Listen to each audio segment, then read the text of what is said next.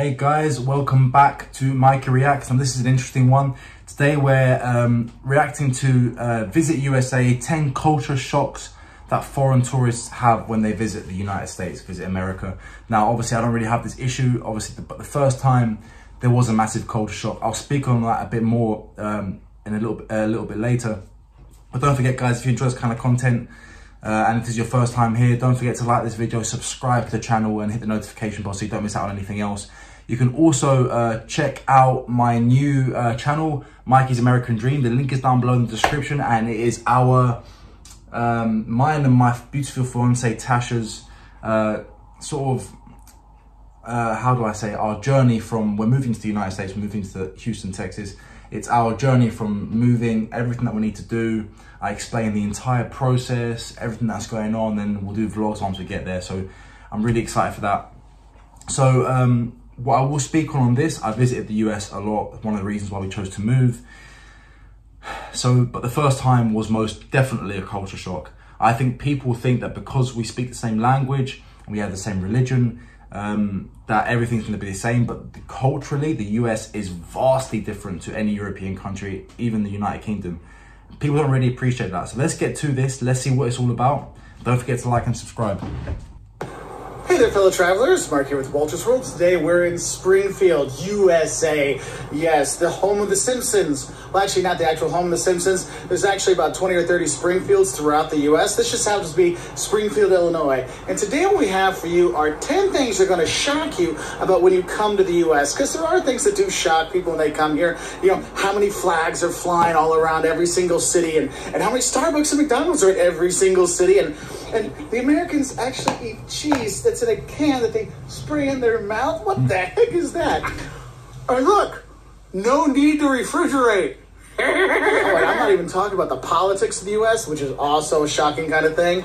Today we're going to focus on our 10 things that shock foreign tourists when they come to the U.S. So let's get started, okay?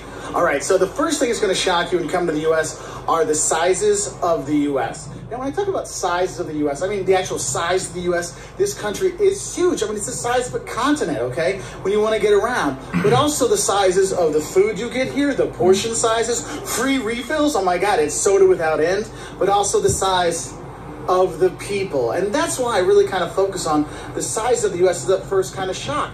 Because I'll meet tourists that are coming to the U.S. and they're like, oh, I'm going to fly into New York, just rent a car in New York, drive down to Miami, and then drive over to Las Vegas and do some gambling. That shouldn't take so long. I mean, it's all in the same country. What you need to realize is the U.S. is huge. That drive from New York City to down in Miami is going to take you 18 hours straight of driving. That means no potty breaks, no getting food, no getting gas. 18 hours straight. Oh, no, of course, no construction, no traffic jams, nothing like that. I mean, it's literally, 1,300 miles or about 2,000 kilometers just from New York to the tip of Florida. Yeah. And if you want to go from Florida to Las Vegas, well, that's another 4,000 kilometers. And it is huge distances when you are traveling the U.S. And that does surprise people when they realize this, wow, this is a lot bigger than traveling around Germany. Well, yeah, Germany, you can take the train around and see everything. Yeah. Here in the U.S., you just really can't do that. The distances are just too big. Yeah. And of course, with those sizes, I said the portion sizes here. One of the things I love to see is when people realize that we have free refills in the U.S. If you're getting soda, not in a can, but a fountain soda, when they pour the soda for you, if you go to a restaurant, most of the time your Coke, your Pepsi, your Mountain Dew, which has super caffeine stuff, your Dr. Pepper, or root beer, which foreigners tend to hate, but we Americans love, it's free refills. You just get more and more and more. So you only pay once and you get all the soda you ever want. Sadly, that free refill stuff doesn't count for alcohol. Dang it. But beer is still cheaper. Beer is still cheaper than it is in London, maybe. But the thing is that free refills, but also the portion sizes here in the U.S. kind of explain some of these things. Because you'll see is when you're going to get your McDonald's or whatever in Germany, you get the large there, okay? The large is a ½ liter. Well, the large in Europe is just a medium here. Because here you can get literally larges that are like this big. It is insane. The portion... I also don't see it as being too much of a problem. Now, hear me out. So I only drink diet soda. And the reason I only drink diet soda is because if I'm going to have a heavy meal, I personally don't see that much difference in flavor from diet soda to normal soda. So I don't see any point in me adding any extra sugar intake into that meal, right? So I drink diet sodas. For me, actually, it's not those free refills, that huge, you know, soda doesn't actually impact me at all. Essentially, I'm drinking 98% water, which is, I believe, is more than 98% water. If you Google it, diet drinks like 99 something percent water. Of course, it's carbonated. It's not going to do me any harm. So I absolutely love that about the US, because I think it's absolutely great. I can go have a McDonald's for lunch, fill up on the way out, and I've got a drink for the next couple of hours. You know, if you get thirsty in the car, it's awesome. Anyway, let's carry on. Sizes. And when you go to restaurants, sometimes you'll think... I also don't agree that it's a public health crisis to do this. Guys, there is a choice. There is a choice in absolutely everything we do. The United States was built on individualism. Sorry to get all political and historical, but the US was built on individualism, which means if you want to have an extra large meal with a full sugar soda, refilled after refill after refill, and you want to balloon up to 300-400 pounds, that's your prerogative, your choice. The great thing is that because, you know, you're not pulling too many resources from other people because the healthcare is private, of course, you're going to increase premiums. But if you want to do that, it's your choice, and it should be your choice. Similarly, if you want to go to McDonald's and get a fillet of fish, a small portion of fries and a Diet Coke that amounts to like 700 calories and it's nothing, then you have the choice to do that too. It's all about choice and individual choices. Anyway. Man, there's enough on one plate to feed 2 people. Yes, there probably is. So just know when you're coming to the US, you might pack on a few pounds or kilos or stones, whatever, you know, whatever, whatever measurement you want to use, because there is a lot of really big portion sizes, but there are a lot. But you don't have to eat them. Really good food around here in the US. No, it's not just McDonald's. We go to other places too. And then the third of those size things are the size of the people. Yes, there are a lot of husky, as I like to call myself, husky, fluffy Americans. Yes, we do eat a lot, and no, we don't go around a lot. We're driving a lot and things like that. And so you will see a lot of big people here. Which blows my mind that he says they don't go out a lot, because the United States is home to some of the most beautiful scenery and land the world has ever seen. It is an entire continent that spans from mountains to deep forests to canyons to, you know, to Great Plains. There is so much to see, so much to do. I'm always impressed at the amount of places, small towns there are to go see, small things there are to go do on your days off when you finish work, wherever it may be. So, in theory, it shouldn't be a country where you stay inside all the time. There's so much to do and so much to see. So, you know. But the thing is, not every American is a big, fat slob like me, okay? There's all kinds of shapes and sizes of Americans that you are here. So don't just think every American just goes to McDonald's and gets fattened up. That's just me, okay? So... I mean, saying that, when I went to Walmart, I think it was in Miami, some of the things I saw were absolutely ridiculous. Anyway. Know that there are, this size of the US will shock you when you look at those things, all right? Now, the second thing that's going to shock you when you come here has to do those people. It is the people. Look, there's this rumor that, oh, Americans are just fake friendly. No, Americans really are super friendly. No matter where you go, people will... I struggle with that in job interviews, because you see us Brits with the stiff upper lip. We get straight down to business, no small talk. We just, this is it, this is it. You will have the same reaction whether your cat dies or whether you win $1 million. Oh, you know, so that's a big impacting factor for me. Americans are generally extremely friendly every time I've met them. And that's actually something really, really nice. Something that one must get used to. Try to help you. They'll show you around. They'll say, hey, which restaurants should you go to in this town? What site should we see? Hey, I'm lost. Could you help me find the highway? People are really nice from the US. And in different parts, you go to Minnesota, they're insanely friendly. In the South, they're insanely friendly. And that's one thing is people need to understand is the US, we do help each other out. We do ask you, hey, how are you? Hey, how's it going? How can I help you? These are normal things. And that service kind of scares tourists when they come. They're like, I just walked in the store and they're asking me, how can they help? I don't even know what your store has yet. How can you help me when I don't even know what you have? Look, just know that in the US, we're all about service. Yeah. We're going to ask you right away, what can you get? What do you need to drink? What do you want to order? Can I help you with your clothes? What are you looking for? That is just how we work here. Another thing is when you look at the US, you're going to have a big mix of people here. There's no one American. You know, you always have these stereotypes of this or this or this of Americans. Look, Americans come in all shapes, all sizes, all religions, all colors, all creeds, all hairnesses, because honestly, the only fake stuff you see in the US are the artificial colorings. Like you're gonna see like the Fantas and the sodas and the cereals. You're like, Yeah. wow, those color. Our Fanta is orange, like very light orange, basically yellow, like orange juice. Yours is orange. Which is very interesting. Did you know that Fanta was a German company created by the Nazis or funded by the Nazis? Just thought I'd let you know. Glow in the dark. Yes, the artificial coloring thing here, that's the fakeness of the US. The friendliness of the people, that's not fake. They're awesome. So we're in Las Vegas now, and the third thing is going to shock you. I love Las Vegas. Coming to the US is ID, please. I need some identification, Yeah. please. The fact that people have to have an ID to buy liquor and buy cigarettes in the US. Because in the US, you have to be 21 to buy alcohol and 18 to buy cigarettes. And basically, you have to look like you're 40 to actually buy them.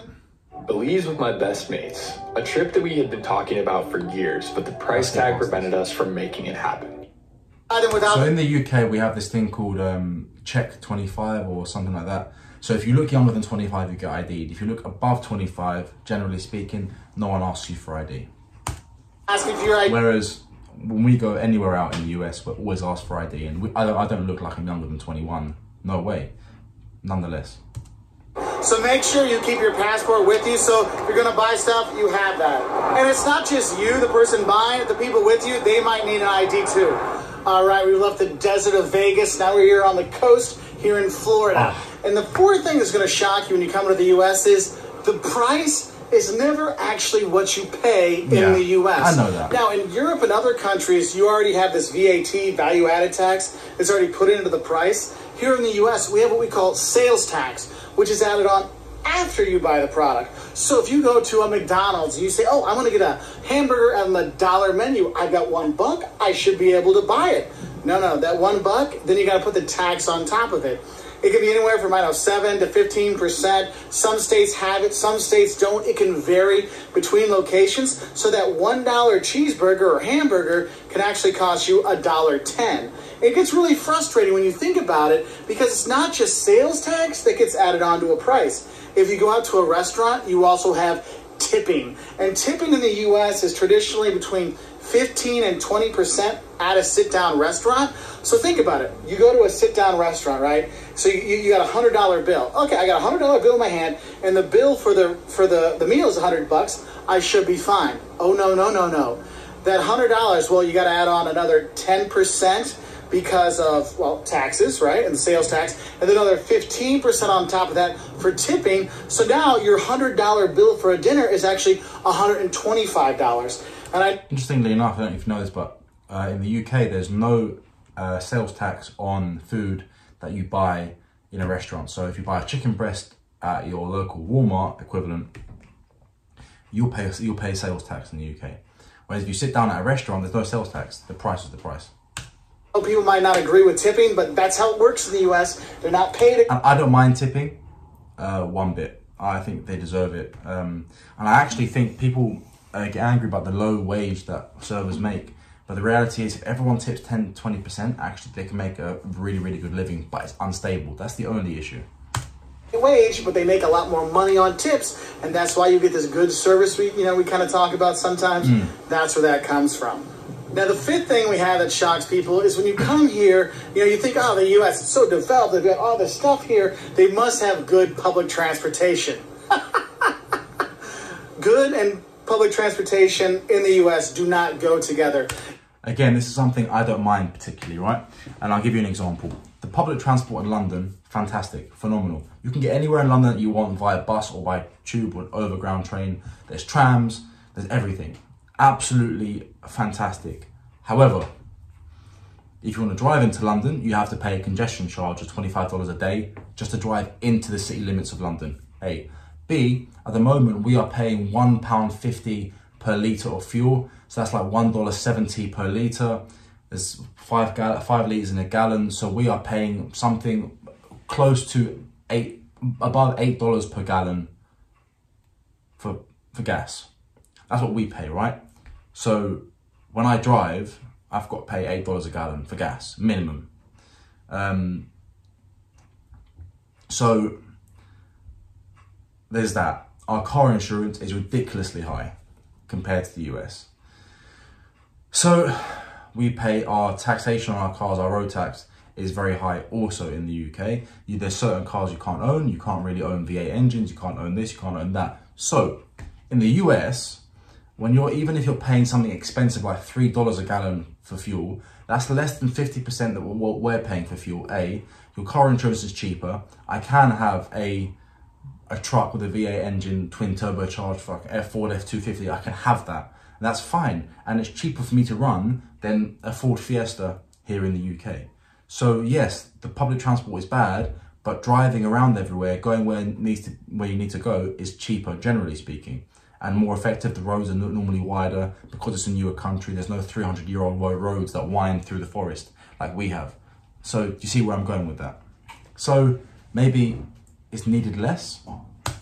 There are some cities that have decent public transportations. Chicago, New York, Boston, big cities. You probably can get some decent public transportation within the city. But a lot of places out there, there's either no public transportation or very limited transportation or public transportation that a tourist would not want to ride on. I would say that does get kind of frustrating. We're like, wait, you've got all this stuff, but you know what? You gotta drive everywhere. Anyway, the sixth thing that's gonna shock you when you come here are the toilets, and specifically the public toilets in the US. Look, I know I talk about toilets a lot on my videos, and actually one of our fans made a video of just me saying toilet, toilet, toilet in all these different places. But I'll be honest, when you come to the US, public toilets are free. There's tons of public toilets and restaurants have them free for everybody. But the thing is, public toilets in the US are usually kind of gross. But what that's not really unique to the US. They're pretty gross in the UK too.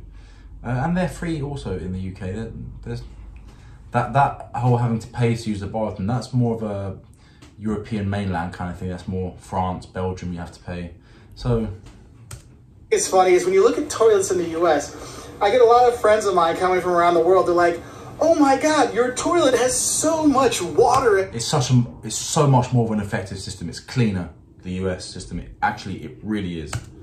And yes, the US toilets do use a lot of water. Now, they're starting to get the lower water content toilets, but there are a lot there. So you're kind of like, oh my God, am I supposed to wash my feet in the toilet here? Or do I go to the bathroom in it? It's kind of crazy.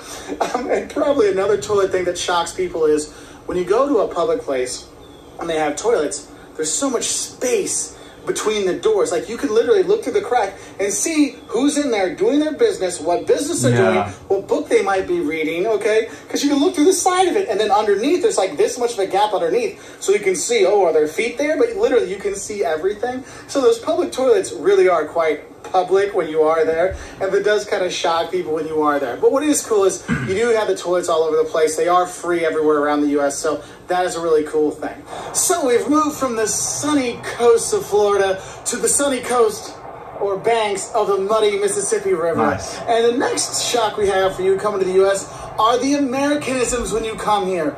Look, America does rock. You know what? Fly the flag as much as you can because it means something genuinely, right? Yes, Europeans are repressed. They're not really very, like Germans aren't overly, for example, patriotic because they had that and it went kind of wrong for them. I don't know if you remember. The Brits too, again with the stiff upper lip, you don't see any British flags flying. You don't see things that are very British in nature. Whereas America has that, and it should continue because it is the United States of America. The culture doesn't need to change. It is what it is, and we love it. So stay as it is. Things that are typical USA, and part of that is USA, USA. Yes, one of the Americanisms here is the patriotism in the US. You will see the flag flying all over the place, and the people, they love America, America. You will see that. And some of the kind of quirky things about Americans when you do come here, you will see, and just America in general. You know, I talked about the toilets. Well, one of the things about the toilets is, by the toilets, you always see this kind of silver box next to it, and people are bending over at it. You're like, what's going on here? It's a water fountain, okay? We like to give away free stuff here in the U.S., whether it's free water or free bread at a restaurant, or go to a Mexican restaurant, you have chips and salsas until you vomit, and you don't have to pay for it. I mean, there's so many Americanism little things when you're here with the flag. How much we love it? You'll have American flag t-shirts. Heck, I own a bunch. I think pretty much every t-shirt I own has an American flag on the left sleeve. you can have American flag undies, okay? You don't I own 2 pairs of those too. joke about, oh, Americans and their fast food. Well, literally, there's fast food all over the place. And yes, we do have McDonald's everywhere, but we've got more than McDonald's. You've got Culver's in the Midwest. You've got In-N-Out Burger on the West Coast, Whataburger in Texas, Shake Shack in New York. And you have all these fast food places all over the place with their super huge drinks. The large holds 1 liter. I believe that's what you people call liters, okay? And liters. Well, there's a whole thing right there that Americans don't get. Do you know the only way Americans know the metric system is because of our soda? This is a 2 liter of Pepsi. This is a 2 liter of Coke. And you know what? That's how we know liters here. It's by our soda sizes, okay? Otherwise, It's mad to think that. It's absolutely mad to think that that's pretty much the only way I know like the ounces as well. I don't really get ounces. But that's fine. I understand feet. I understand yards. Because we use those here too. I understand inches. I understand pounds. But liquid measurements or weights of like food and stuff, for me it's always grams or kilos or liters. we use gallons, we use feet, we use inches, I understand gallons to a certain extent too. we use miles. That's how they do it here. And we know miles. We use miles here too, which is really weird. We use the metric system, but we also use miles. We don't use kilometers anyway. And a lot of tourists have a hard time with that when they're trying to figure out, well, how much is a gallon? A gallon is about 4 liters, just so you know. Okay, it's like 2 of these out there. Oh, and the I think gallons more than that.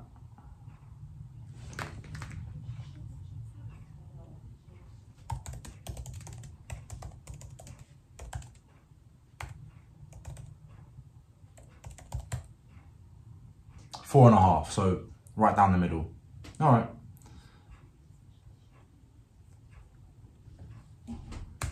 That's how you get great quantity discounts. See this Coke? This was $1. See this Pepsi? This was $1 at Walmart. Love you, Walmart. And let's not forget about the Walmarts out there. 24-hour shopping. Think about it. Yesterday, my oldest son, spilled ketchup all over himself, crashed his skateboard and ripped up all his clothes, and so he really had nothing left for today. So guess what I did at 2 o'clock this morning? I went to Walmart and got some Coke and Pepsi, and I got him closed at 2 a.m. And we love it when we come here, and that's why tourists love it when they come here. From the friendly people to the 24-hour shopping to the cheap soda. Hey, I know, you can drive those 20 hours from Florida to Illinois if you have a couple of these with you. Yeah, for sure. A little crazy. But that's the thing is, there are these really fun Americanisms when you do come here, and that's one of the things. All you watching, if you have those funny Americanisms, please put them in the comment section below, because we're going to make more videos on funny little American things when you are here. But anyway, I guess I'll go into the next kind of shocking thing when you come to the U.S. And our 8th shocking thing, we're going to go back to that metric system that we only understand with the soda. It goes into the driving, okay? Here in the U.S., people get shocked about the driving, and I know I talked about how there's a lack of public transport. I think the driving's awesome in the US. It's much easier. And you have to drive when you are here. But when you do drive when you're here, you will be shocked how big the roads are, how big the cars are. I mean, we lived in Dubai, me and Tash, and there were 8-lane highways. I say 8-lane, I mean, that's just one side, so 16-lane highways all in total. So we used to drive on that side of the road. We're used to driving those sides, that size of the road and that side of the road. Much prefer it. What I love about the US is you can turn right on a red light as long as there's no cars coming. That makes total sense. I think that's absolutely awesome.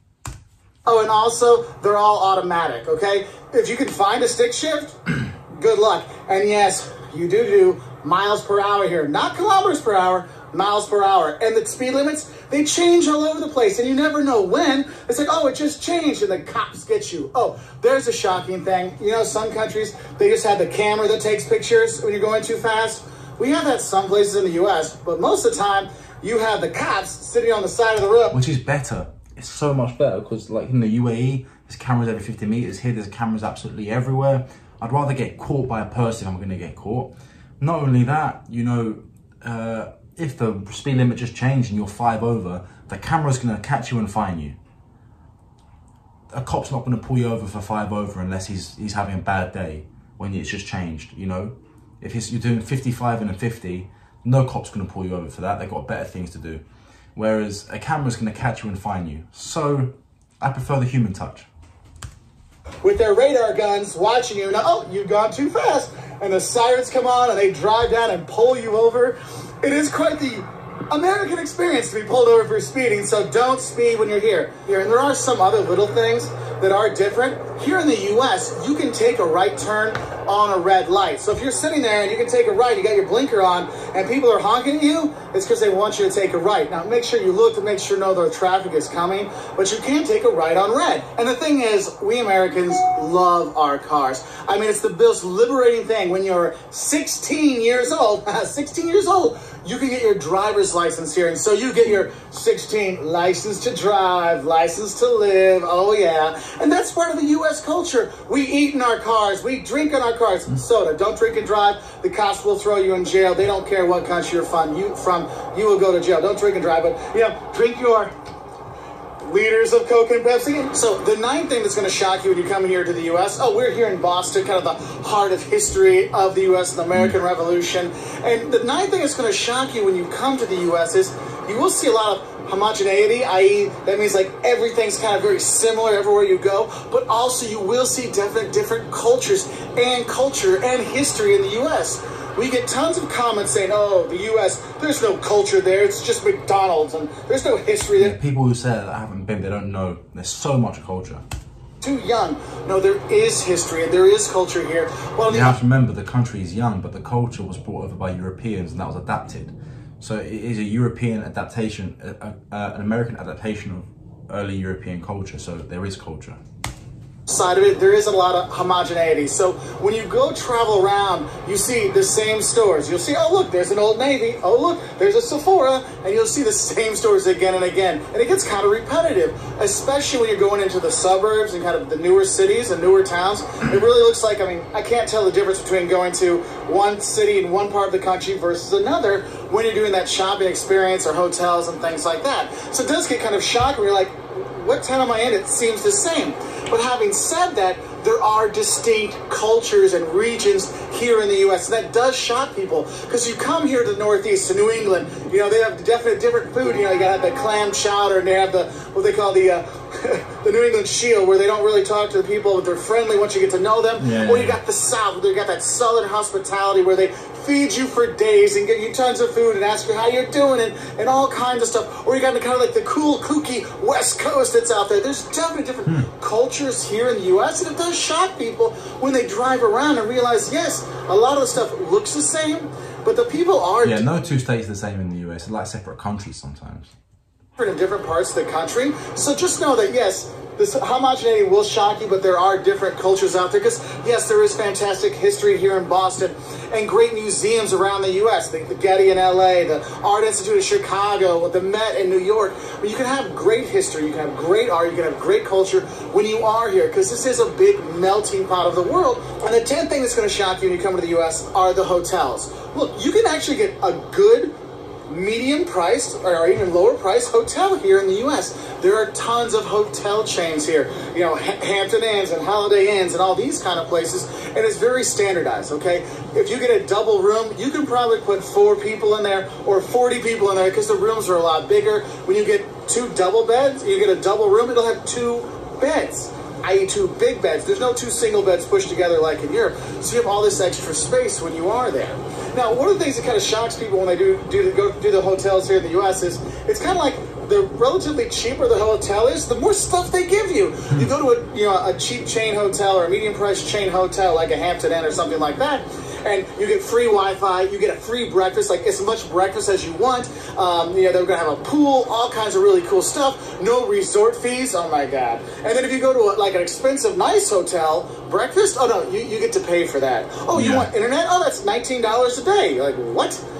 Oh, the pool? Oh, if you want to use the pool and do the fun stuff, you need to do the resort fees and pay extra. You're like, wait, I'm paying triple the price for a nice hotel and I actually get less amenities when I go there. It kind of boggles your mind. So when you come here, just know that you can actually stay in some of these chain hotels and it's not a problem whatsoever. Yeah, many restaurants also don't have table 13, just so you know. Okay, read the reviews about them, but you know, if you got a one Holiday Inn Express, it's pretty much the same throughout the country. But I mean, there is a 13th table, but it's called number 12 and number 14. It's called number 14. There's always going to be a 13th floor, but it's just not called number 13, so it's a bit of a scam, really.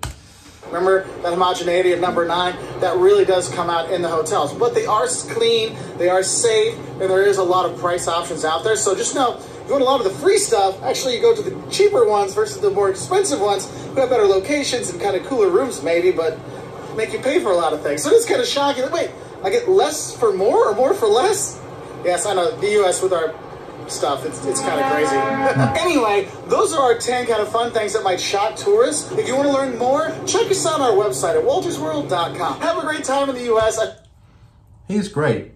He's really great. He knows his stuff. The way he talks is really nice. It's quite cool. Anyway, I really enjoyed that. Let me know what you think. Have you been to the US? If you're not American, what are your culture shocks? He was pretty bang on the money, but I'm pretty used to everything now at the moment, so we're all good to move anyway. So guys, I hope you enjoyed this video. Don't forget to like and subscribe, and if you enjoyed this content, of course, hit the notification bell so you don't miss out on the new stuff. And I'll see you on my other pages. Head over to Mikey's American Dream and see how my move to the US is going. See you soon, guys. Have a great day.